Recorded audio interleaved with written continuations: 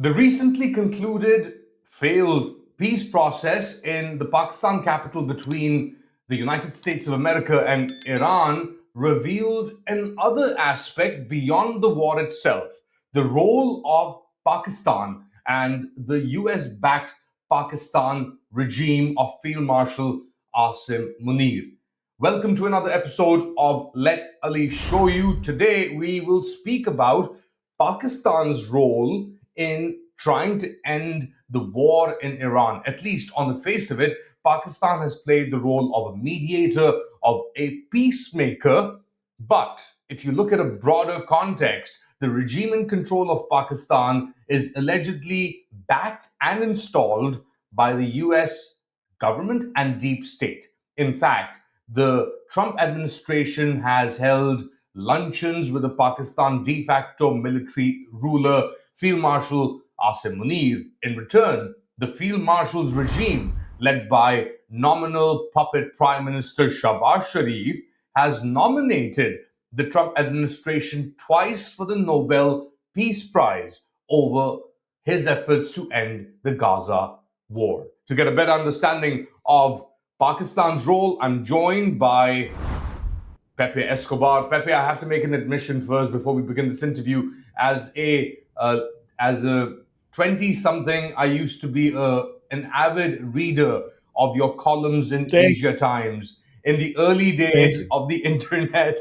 That was a long time ago. Yes. But you've had this sense of a radical view on how things unfold, and some people berated you back then, but now everything is back in the open. Your initial thoughts first on what happened in Islamabad with the US and the Iranian delegations. Go ahead, please. Thank you, Ali. Well, first of all, thank you to be in your show and our audience as well. I would like to make it very, very clear that I am very fond of Pakistan. I worked in Pakistan a lot in the 90s, and after 9/11, even more. And doing to give an idea, I spent months, at least 2 months doing Islamabad, Peshawar back and forth nonstop before I went to Afghanistan. And then I returned. I traveled the Karakoram Highway 3 times. So I am extremely fond of Pakistan. I created a bond not only with the country, but with lots of people. Pashtuns, Baluchis, Punjabis, those are people from the tribal areas who protected me, took care of me, took me everywhere, which is very rare for a foreigner. Of course, it helped at the time because I was not an American. But you create bonds. Nah? And of course, and I miss it. And my last time in Pakistan was before COVID. So it's a long time. I wish I was in Islamabad this past weekend, but too complicated. So I am in Southeast Asia for the moment. I postponed going to China. And now the only thing I do here is to work on the war. On your question, of course, I think many of us independents who follow geopolitics in detail across Eurasia, we know what this current political setup in Pakistan is all about. Okay, so I'm not getting into the merit of it. Everybody knows Field Marshal Asim Munir and what is he up to, and the fact that he has Trump on speed dial. Okay, but okay, let's try to focus a little bit on the positives. They worked like hell to make this meeting work. It's not their fault that the whole thing collapsed because the Americans didn't go to Islamabad to negotiate. They went to Islamabad to dictate. And this we are having from multiple sources, not necessarily only diplomatic sources, but some details are absolutely striking. For instance, we now know that when Arakshi was talking to Vance, it was going relatively well, it was relatively fluid.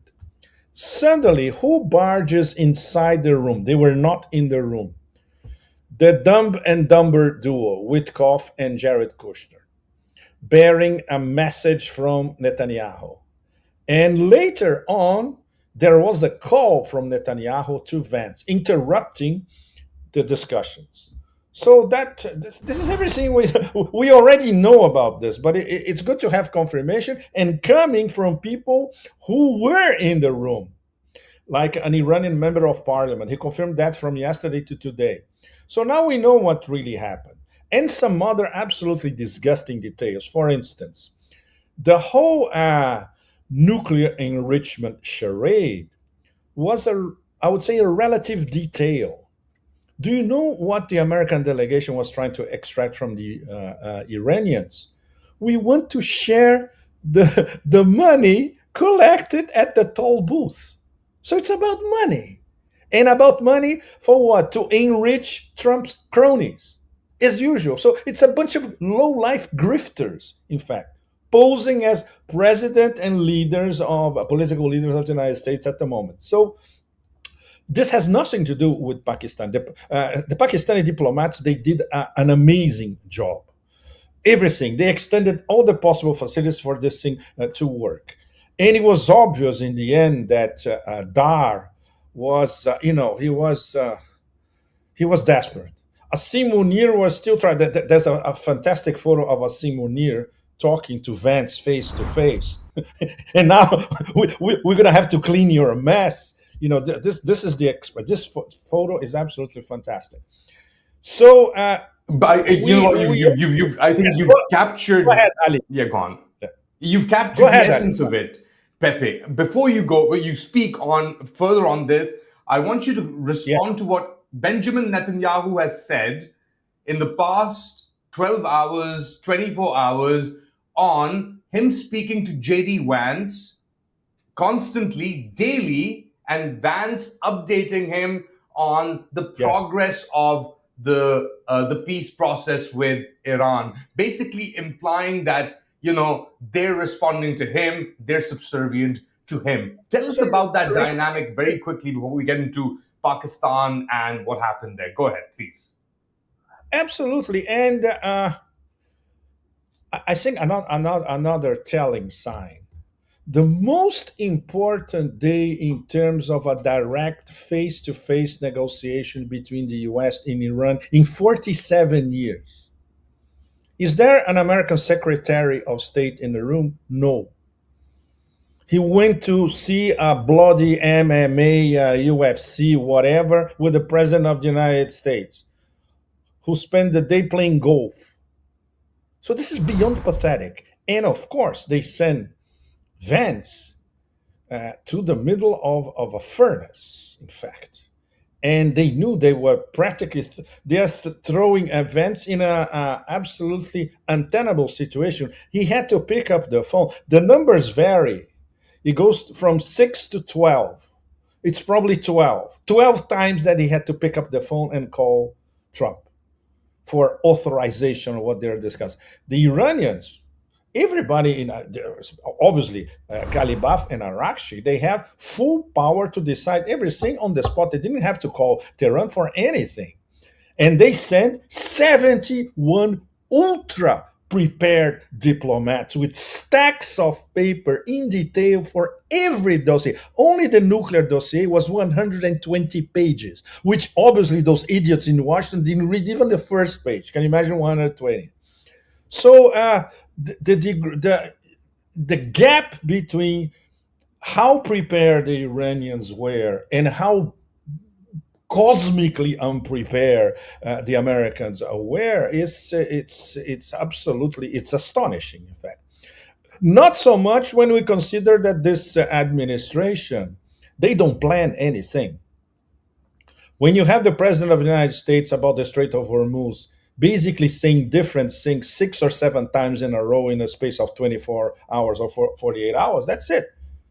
This means that they not only they don't have any tactics, they don't have any strategy, not to mention long-term strategy. They are improvising on the go because they only had from the beginning that stupid idea, once again sold by Netanyahu in the Oval Office.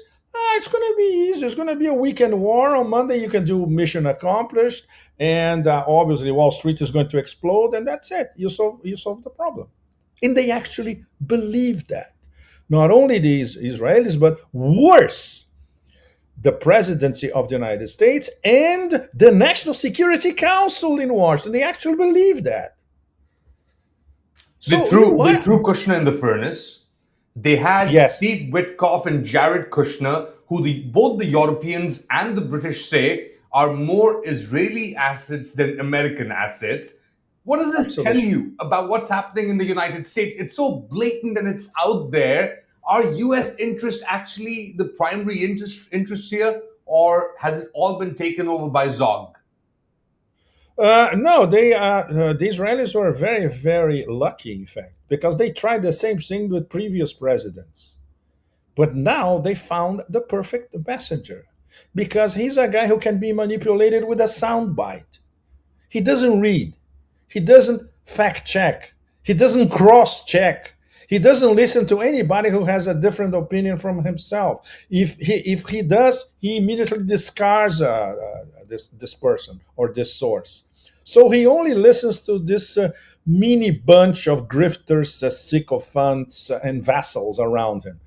What, 5 or 6 people, no more, not more than that, part of the administration, and outside the administration, some of his golf buddies, and obviously the donors, very, very important, the people who actually put money to elect him. That's it. He doesn't listen to anybody else. And when he watches Fox News, which is his only source of information, he doesn't have any other source of information apart from Fox News. This is mind-boggling, but these are the facts, and that's it. He always focuses on the sound bite that confirms his prejudices, and that's it. So it's very easy. It's so easy to manipulate him, you know. And obviously, even in the Security Council, where you have some really dodgy characters and some very, very dangerous characters, but essentially they think alike. There's not a single voice of, I wouldn't say reason, but at least more rational. Forget it. For example, rational in the sense of Colonel Douglas MacGregor or John Mearsheimer. Examples. I'm not endorsing Mearsheimer. For instance, Mearsheimer doesn't know anything about China. For a guy who, it's played as one of the eminence grise of American foreign policy. That's a big, big problem. But But at he least, does know a lot about the Israel lobby, and I want to get to that in a bit. But I want exactly, you to he focus. should. I want you to Because focus on something if very you quickly, read Pepe. the book by Waltz, that he co-wrote with Walt, in fact. I remember when the book came. I was living in Washington when the book came out, the Israel Lobby. Apparently, he forgot about it. I want you to say, we'll talk about that very quickly, but I want you to focus on the events around these talks between Yes. Iran and the United States. And at the onset of it, something very peculiar happened. The US First Lady, and all the focus at this time is on these talks in Islamabad. Islamabad is being promoted as a peace capital of the world. All of a sudden, Yeah. all focus and attention of the world and US media is there. And then you have the US First Lady Melania Trump come out, and I'll just quickly play a clip of that as well for our audience, comes out and gives a press briefing on her association with the Epstein files and with Jeffrey Epstein himself. Let's quickly listen. I'll come back to you. Yeah. That was Melania Trump speaking on the Epstein saga and saying that she has nothing to do with the former, now dead financier. What did you make of the peculiarity of having this press conference by the First Lady at the time when the focus is actually on Iran and the United States? Out of the blue. Nobody in the US expected it. People, the comments, some of the comments were absolutely, roaring laughter. People were like, "What is this?" It took a while to start putting in perspective. Number one, there are two very, very strong possibilities. One, to sideline attention from, in fact, the strategic defeat of the Americans, which is something that the whole planet already sees it crystal clear. The embarrassment of the empire being stared down by a mid-level power. And number two, which is much more practical, a preemptive attack, because apparently the Melania circle knew that one of her friends in the old times when they were models, a Brazilian model, was about to expose the whole Melania Epstein story, which is something that still could happen during this week. She promised an interview to a Spanish newspaper, which is probably coming out now, Monday or Tuesday. So this was a preemptive attack, and of course, well, the rumor mill in between Washington, Mar-a-Lago, and New York is fantastic because she can't stand Trump anymore, and she wants out. So she did something to embarrass him in public in front of the whole planet. So you can imagine. Obviously, they are not sleeping in the same room. You can imagine if they were in this in the same Mar-a-Lago or Trump Tower apartment. Oh my God! But this is well, it's I would say it follows the level of ultra trashy uh, environment between New York and Mar-a-Lago, with these people who are sleazy, no morals, perversion, you name grifters, deals, scams, you name it. It's I think it fits all these characters involved very, very well, with dark pasts that are, sooner or later the whole thing will come to the surface. We only know a few details about some of them, but it's American trashy culture at its apex, and it fits this presidency, which is where everything is being not pushed, but being thrown into the lowest common denominator ever, in terms of a presidency that is being exercised via social media posts, one more deranged than the other, and in serial sequence. It's the whole thing is appalling, and it confirms the prejudice of the ruling class in Manhattan, who always looked at Trump as this guy is, come on, he's a bloody gangster from the other side of the bridge, the wrong side of the bridge, right? He was never accepted by the ruling aristocracy in New York City, never, because they could see where he was coming from and what he was doing. And now it's the problem now is that he keeps the world hostage. Whatever he says or goes out on True Social, it's the repercussion is completely nuts. Not only in social media all over the world, but in the whole mainstream media all over the planet. And everybody is transfixed, paying attention to the next stupidity, and it's always a next level stupidity or something beyond outrageous.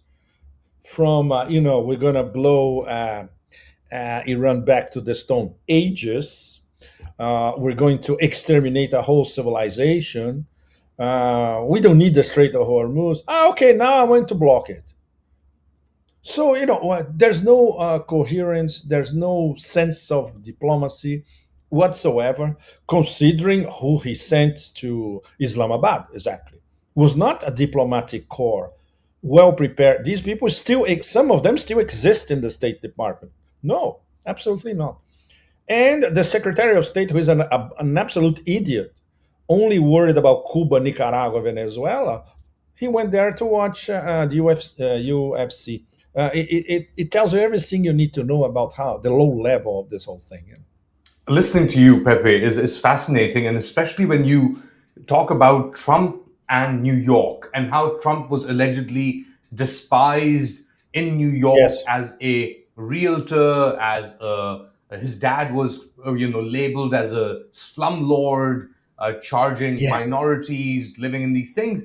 And it reminds me of something I read recently, Whitney Webb's catalog, volume one and yeah, two, A Nation Under Blackmail, which talks about the New York Mafia at the onset of the Second World War, and specifically a guy called Mayor Lansky, who was a Oh Jewish yes, gangster and absolutely. mafioso, and then the connection with the US intelligence apparatus and the birth of the CIA at the onset of the Second World War, right after the Second World War, and how that Mhm. kind of compromat, blackmail, prostitution, and holding, politicians, businessmen, and others, and using that blackmail against them, setting them up and blackmailing them, kind of seeped into the Epstein saga and what Epstein was doing, and then what the Mhm. Israelis and Mossad was accused of doing. And then you have this character like Donald Trump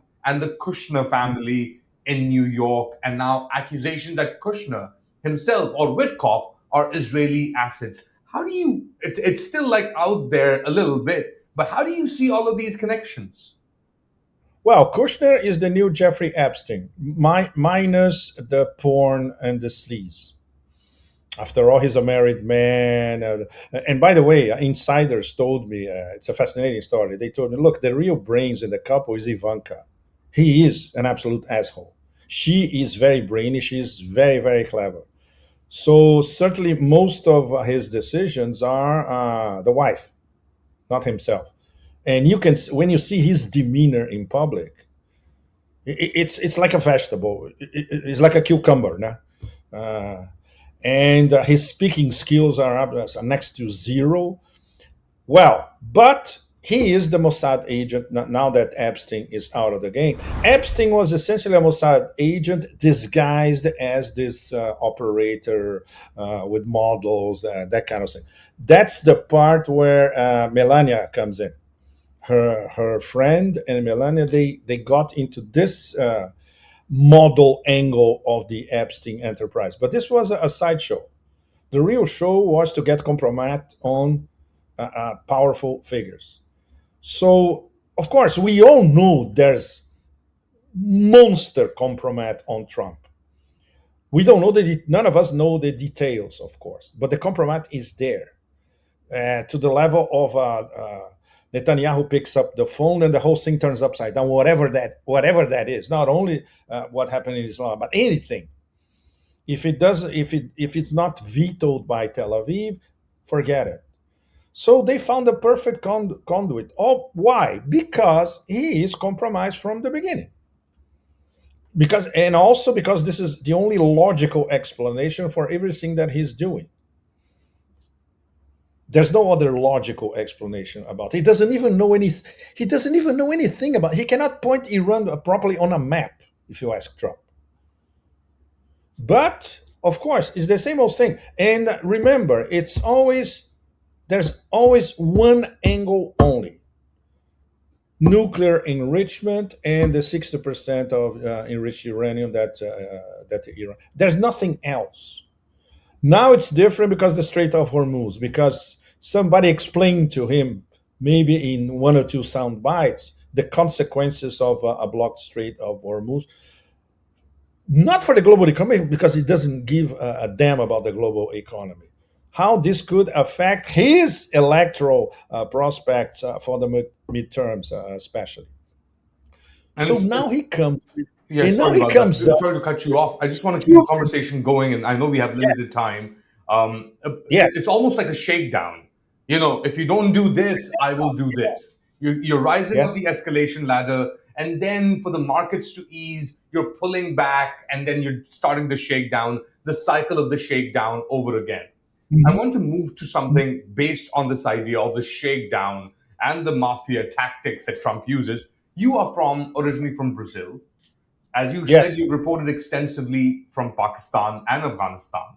You spent time in Indonesia.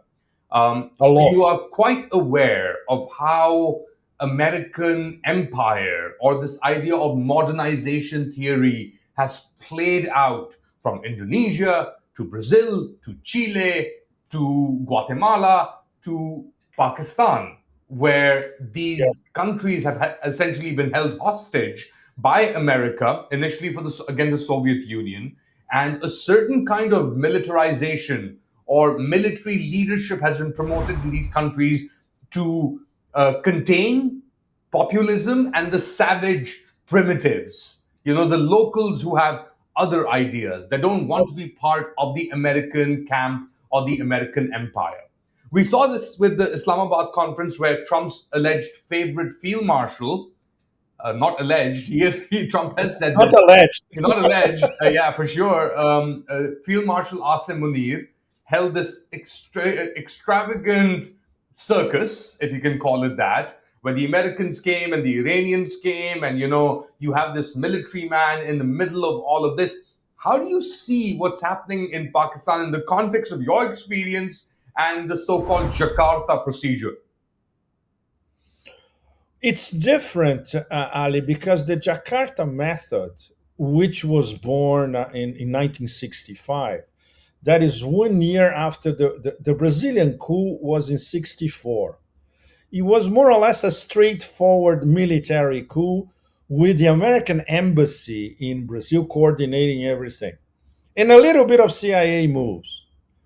After Indonesia in 65, the whole thing changed because it became an intel operation coordinated by the CIA with, of course, the military component, which in Indonesia they used for nefarious purposes, killing certainly more than 1 million people. So extermination of a communist party. So this was the template everywhere. And that's what freaked them out in Vietnam.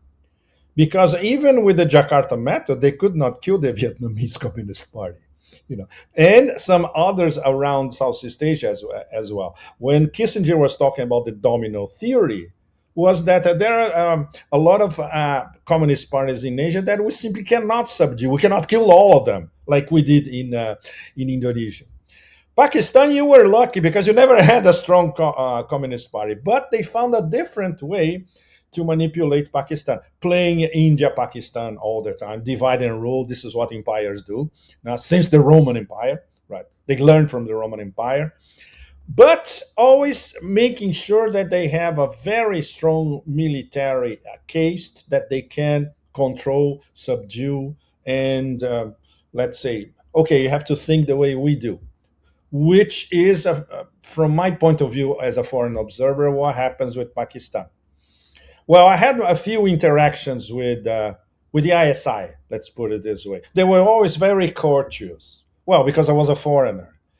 But for instance, when we had during Asia Times, we had a Pakistani correspondent in Karachi, and many people still remember that his life ended in it's something absolutely horrendous. He was assassinated because he discovered Al Qaeda infiltration in the military complex in Pakistan.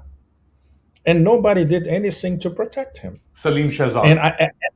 Salim Shahzad. Salim said, at the time, we were pressuring for a full investigation of what happened to Salim.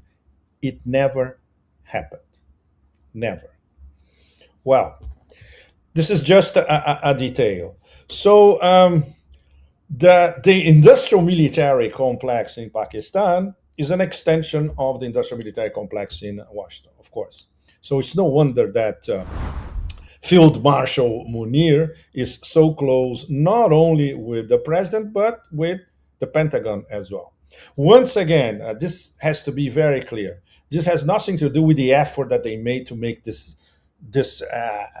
meeting work, but it escaped them completely. And the most, I would say, from a Pakistani point of view, the key angle of this whole story is that the Trump administration instrumentalized and used Pakistan to get this meeting so they could breathe a little bit and have a pause. They never intended this meeting to succeed. Never. The degree of unpreparation of this delegation when I arrived in Islamabad made it very, very clear. They wanted a breather. And they thought that they could come with their three, what Vance later described, we made them their last offer and they chose not to take our best offer. Bullshit. Your offer is what you've been trying to impress on them since forever. the nuclear enrichment angle, and basically you have to capitulate to us, even after they are losing the war on the battlefield, which is something now that the whole global South especially knows. The empire has been defeated for all practical purpose on the battlefield for over 4 weeks by a mid-sized power in West Asia, which is now getting to the rank of a big power and respected all over the world, which was not the case until March. How do you escape this strategic defeat? You try to buy some time, which is exactly what they were doing in Islamabad. This absolutely stupid announcement of the blockade of the blockade, which was not a blockade in the first place, because once again, the Strait of Hormuz is not blockade. There's a tier of nations, friendly nations to hostile nations, who can transit through Hormuz, paying the toll. After all, it's in territorial waters of Iran.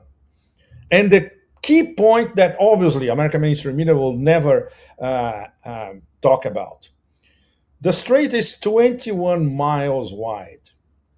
Each nation bordering the state has the right of 12 nautical miles. So that's 24 nautical miles, which is larger than the strait itself. So the strait belongs to Iran in the north, Oman in the south. Simple as that. And it's no wonder that they are talking to each other. Okay, let's organize our toll booths. You're going to get your share as well, you Omanis. Makes total sense. And nobody's complaining. People who have been paying the toll so far, nobody is complaining. And there's a queue of nations who want to get there to, okay, let's clear the deck and let's pay. We pay and then we can travel. So now what we have, if this American blockade works, which is obviously it won't, everybody knows it won't. What are they going to do? Are they going to board a Chinese ship in the Arabian Sea? The Americans, CENTCOM, do they have the balls to do something like this? The Ministry of Defense in Beijing today, they already said on the record, look, we have agreements with Iran. Nobody has the right to interfere in our business. So the stage is set for a direct US China confrontation. And because they are cowards, it's not going to be in the Persian Gulf and the Strait of Hormuz. It's going to be in the Arabian Sea. It's bound to happen. So this is where you see, and I think that now moving towards the end of our conversation, and of course Okay. there were reports that the Americans also wanted a share in the toll, in the so-called toll plaza on the Hormuz, and that was Follow the money. up in the negotiations. Where do you see all of this going? Because you have, as you mentioned, Trump administration now saying we're blockading the Hormuz. In the Bab al-Mandab on the Red Sea, you might have the Houthis that might blockade their own passages there. So the global economy already battered with this energy crisis and Trump's escalation, de-escalation, complete cluelessness, the Iranian resolve, the Pakistani element. It seems that this entire region, West Asia, Asia, the Gulf of Arabia or the Persian Gulf, is going through some sort of metamorphosis, a significant change that we haven't seen in the past 100 years. Finally, how do you see this playing out? Pro, con, better, worse? Well, Xi Jinping, Ali, he saw it, no? Remember the when Putin took Xi Jinping outside of the Kremlin before he boarded his limo, and Xi Jinping told Putin, we are facing changes that we have not seen in 100 years, and we are in the driving seat. Then, of course, this is something that the Chinese and the Russians knew was inevitable. And let's say the birth pangs of the real multipolarity, which was never going to be in a BRICS meeting room. I have been following BRICS closely for years, and of course we were all expecting, okay, there's going to be a real breakthrough soon. No, the real breakthrough is under fire. It's on a battlefield. against all odds. This is exactly what's happening now. If multipolarity starts, it's starting now under fire and as a counterpunch to the empire. And that's why they never expected that. The fact that they don't have a strategy or a plan B or plan C or whatever, and they are improvising on the go, like this blockade of the non-blockade, is that they were caught. They have no idea what's going on. They could never believe that a country, 47 years of sanctions, they threw everything against Iran. They resisted. In fact, when you go to Iran, you see that everything that you see in front of you is made in Iran. They manufacture stuff. They cannot import, it's too expensive. So they manufacture everything. Their engineering progress, everything is Iranian. Their military progress, everything is Iranian, with a little bit of help from Russia and China. It's very, very impressive. And they managed to stare down the invincible armada, the biggest superpower in the history of the galaxy, all that crap that we are, every day. So no wonder they are. It's not even puzzled. They are paralyzed, literally. So this is the lesson I would say for everyone in the global south, for Pakistan, for Indonesia, for sub-Saharan Africa, for India. Southeast Asia, for India, for Latin America. This is the lesson everybody is getting out of this thing. It's like, yes, it's possible, but you need, a proper mentality. You need an ethics of resistance. You need hard work. And of course, you need this spirit of resistance, which very, very few nations do. But we should never forget, we're talking about a very ancient civilization state. They fought everything, and they're still there. So when this absolute idiot who cannot read a McDonald's menu says, I'm going to exterminate a civilization, only an absolute imbecile can say something like this. He obviously never read anything about the Persian empires. Never, of course. So, and obviously, people all over the world, they can instinctively understand that, even if they don't follow the details in geopolitics, but they understand the stakes, right? And it's compounded with the civilian massacres, irrespective where they happen, in Gaza, in Lebanon, in Iran, the picture is very, very clear. Pepe Escobar, thank you so much for joining us and My enlightening pleasure, our Ali. viewers with your invaluable insights. A legend, a writer, and as a fan, please continue what you're doing and please continue speaking the truth. Thank you again, sir. Thank you so much. My pleasure, Ali. And thanks to our audience. Thanks Cheers. again. What do you guys think? Let us know in the comment section. Do like, subscribe, and share this content. I'll see you next time. Till then,